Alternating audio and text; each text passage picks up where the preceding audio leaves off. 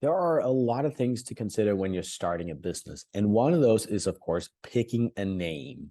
Now, that's a very creative process, coming up with a name that you really like for your business. But in that creative process, there's also a couple of practical things that you want to do.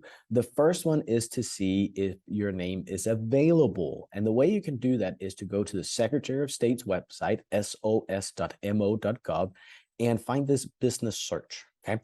If you have a name in mind, you should just type that in and see what comes up. If you're exploring, and let's say you're starting a coffee business, you can go in and see, well, what other names with coffee have already been registered? And as you can imagine, there's quite a few here. The list goes on. So let's just pick one and talk about what this means. So if you had, let's say, Coffee and Records in mind, well, it turns out that Coffee and Records LLC has already been registered in 2018. And what that means is that you cannot register Coffee and Records LLC in the state of Missouri. You would have to pick something at least slightly different, okay? But that's okay because you could still use the name for your business because you could register Coffee and Records as a fictitious name under a different LLC name. And a fictitious name is just a tool to use a quote unquote fictitious name, or doing business as DBA is another thing it's referred to. Now, this company has also registered Coffee and Records as a fictitious names, but there can be more than one. So at least you could, in theory, use it.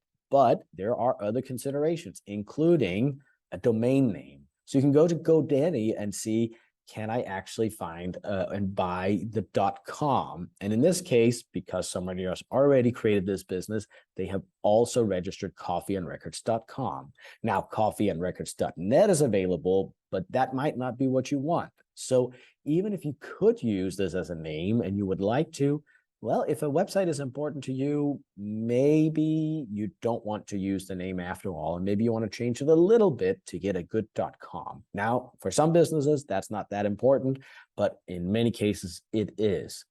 The next step is then also just to check, are there just overall social media pages already using this name, okay?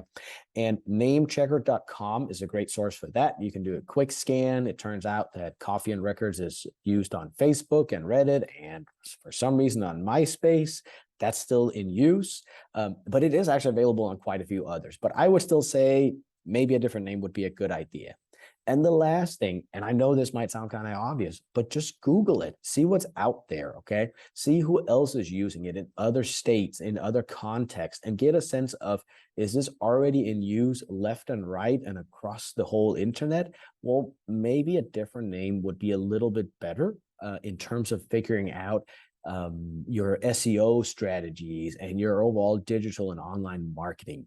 So always double check across the different platforms until you find a name that can be registered. They can get maybe a .com and isn't used in a lot of other contexts.